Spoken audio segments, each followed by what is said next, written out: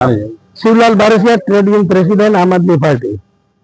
Collector ઓફિસે વિરોધ કરવા આવ્યા આજે અમે જે અમેરિકા સાથે ટ્રેડ ડીલ એક સાઈડ જે થયું છે એમાં ઇન્ડિયામાં એ લોકો માલ વેચે તો 0% અને આપણે માલ વેચીએ તો 18% અને એ માલ અહીંયાથી એક્સપોર્ટ માટે જે વિસંગતતા છે એ વિસંગતતા બહુ ગંભીર છે। એનાથી આપણો ખેડૂત અને માલધારી એ સુખી નહીં થાય, પાયમાલ થશે। બીજું, કરંટ ડેફિસિટને પણ નુકસાન પહોંચે એવી પરિસ્થિતિ છે। માટે આ એક રદ કરવા પાત્ર ડીલ છે અને આ રદ કરવામાં નહીં આવે તો આમ આદમી પાર્ટી પૂરા ભારતમાં લોકોને જાગૃત કરીને વિરોધ નોંધાવશે।